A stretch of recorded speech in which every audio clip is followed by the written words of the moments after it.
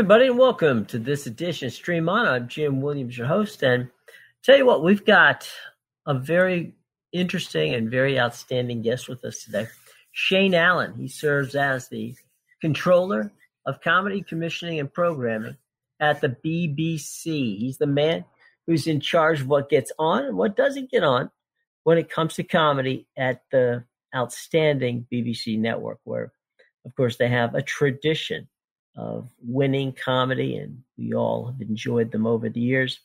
And one of the great things about the BBC is they have really kept that level of quality up all the way from the early days of Monty Python and Are You Being Served to present day. They've got such outstanding shows that you can watch on Britbox if you're here in the United States, as Hold the Sunset with John Cleese, Living the Dream, Mum, plus much, much more. And Shane, it's a great opportunity to speak with you about what may very well be for the BBC, the golden age of comedy returned.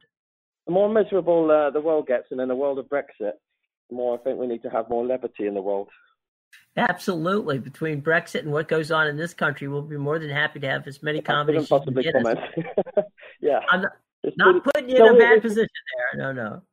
I mean, I said, not want to put you in a bad position by any stretch of the imagination. So, you've got Hold the Sunset, you've got Mum, you've got, There She Goes. You've got a ton of things coming out of your shop there. I mean, it's a great time.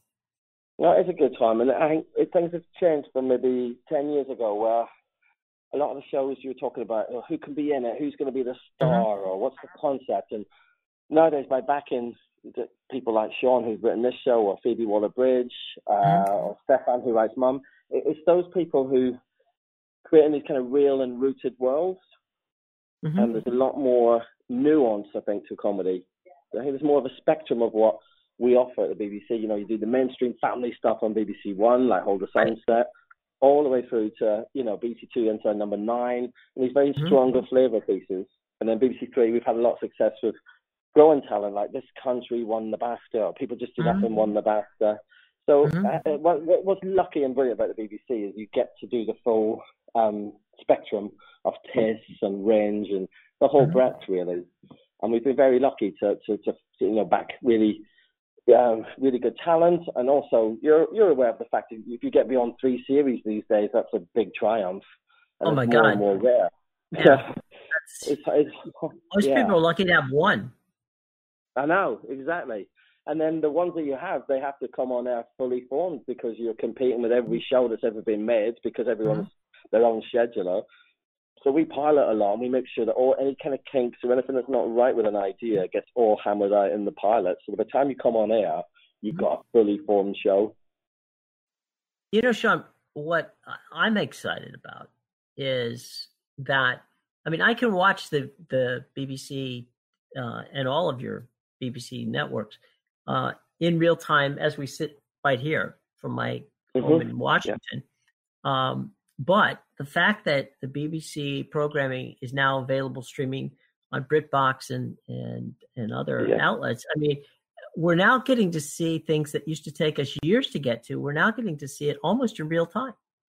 Yeah, no, it's brilliant. And also that confidence that the kind of British things can travel without needing to be translated. It used to be, even 10, 15 years ago, right, The Office does well in the UK, let's make the American version of it. Whereas you don't have, you still have it a little bit, but you don't have it as much. I think shows can travel and people can kind of relate to them without them having to be kind of mediated in any way.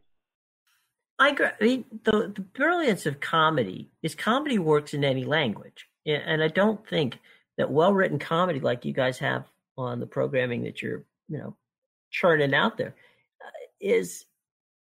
You don't need to make it to an American audience. You don't need to make it to an Australian audience, a Canadian audience, an Indian audience. It's funny. It's funny, and leave it alone. Don't touch it. Let it roll. I love it. And I think the other thing as well, we only ever really do runs of 6, because there tends to be a lot more single authorship, or maybe a duo, and it's not that American system where you have volume. So I do think we have more shades and flavors and different the range of what we do is quite broad. Mm-hmm. And it's because, we'll do 6 eps, but we get to do more series across the board. True. But, I think one of the things that you guys have done, which has changed the dynamics, is though, people used to do 24 to 26 episodes. They don't do that anymore.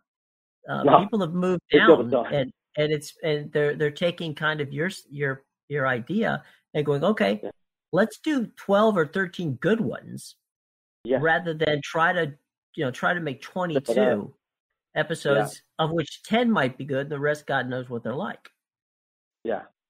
No, we've got John Cleese and Ricky Gervais to thank for the 2 series and finished model of let's leave on a high, rather than how do we commercialize this for the longer term and all of that. I think we're much more sympathetic to the kind of artist's vision for something, and not stretching an idea beyond its overstaying its welcome. Well, we were talking about, the wonderful situation of bringing Cleese back to TV as you did in Hold the Sunset. And when I told people that there was only 13 episodes, or 12 or 13 episodes of Fawlty Towers, they wouldn't believe me. No, and also the other thing about Fawlty Towers is first series was 1975, second series was 1979. So it was a 4-year gap. Right. And he didn't rush it. Whereas I do think in the world we're in and now that you get a lot of kind of commercial pressure to create volume, to grow the brand, it has to return. And sort of the BBC kind of, the fact that we are not commercially driven in any way allows you just to kind of let artists kind of do the work on their own terms a lot more. And then it's enduring. And then the other thing that we found, we had this at Christmas. We on iPlayer released a lot of kind of catalog box sets, right? And they Outnumbered and Gavin and Stacey. These things were huge. They were massive demand. They did great numbers. So people are also seeing that good comedy is evergreen. It endures forever, and that's a real commitment from the BBC to kind of keep that tradition up, because every week on BBC Two, they play a show called Dad's Army. And Dad's Army this year is 50 years old, and it gets 1.5 million every Saturday night. This show that's 50 years old still delivers.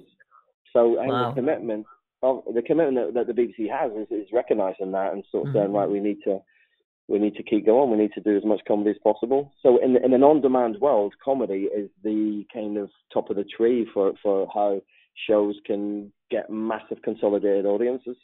And as you say, I myself probably own 20 different BBC box sets. So I'm doing my best, Sean, to help you get to do my best to keep the network the network funded. Bless your heart. But I think that what's your favorite? What's your all-time favorite comedy?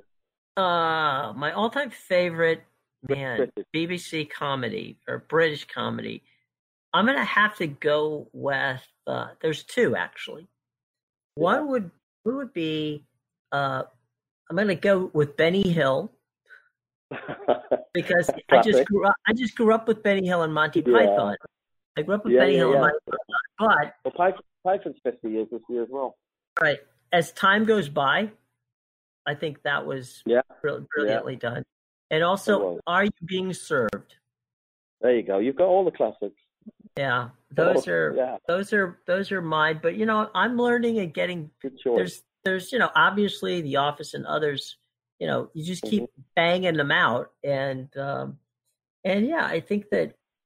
But again, to your point, you don't have to change those to adapt them. It's like All in the Family, right? Was based on British comedy. At that point, I said to myself, I've got to see this original British comedy because I wonder what it would have been like had that been what we've seen instead of the All in the Family, Archie Bunker style show. Yeah, completely. What's coming down the line? What do you think? So what can we look forward to?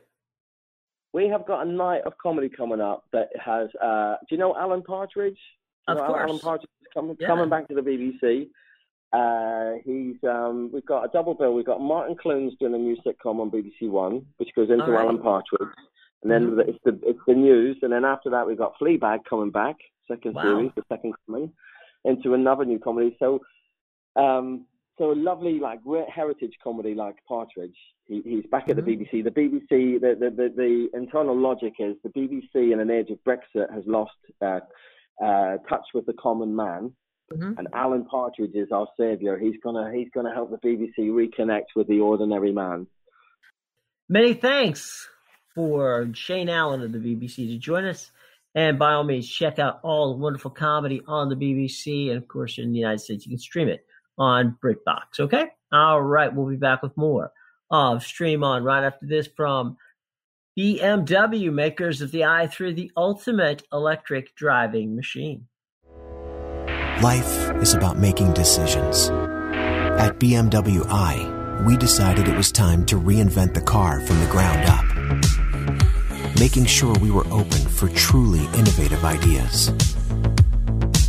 We decided that the car we wanted must be electric, and it should be made of extremely light and super strong carbon fiber. And finally, we decided to make it more intelligent and added our promise of incomparable driving pleasure. We made all these decisions to offer you a choice.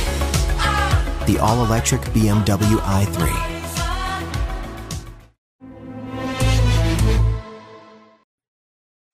Welcome back, everybody. Now, if you're not one of the over 50,000 people worldwide who've taken the time to download and subscribe to Stream On, first of all, shame on you. Second of all, we make it simple to do.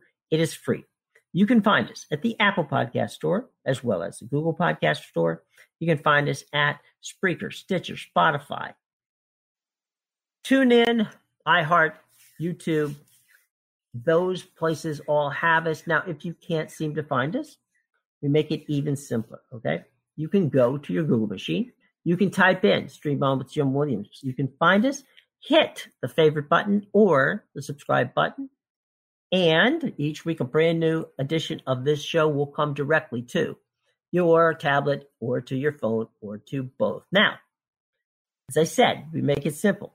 You cannot get any simpler than this, and that is, if you have an iPhone, punch the little Siri button and say, Siri, please play the latest edition of Stream On with Jim Williams. If you have Alexa, you can just shout across the room and say, hey, Alexa, please play the latest edition of Stream On with Jim Williams. Or if you have a Google Assistant, that little device will do the same thing. Okay, so you don't even have to go out and search. All you have to do is ask. Okay, it can't be simpler than that. All we ask of you is that you go out and subscribe today. Okay, all right, thanks. Now, speaking of thanks, we would like to thank our special guest today.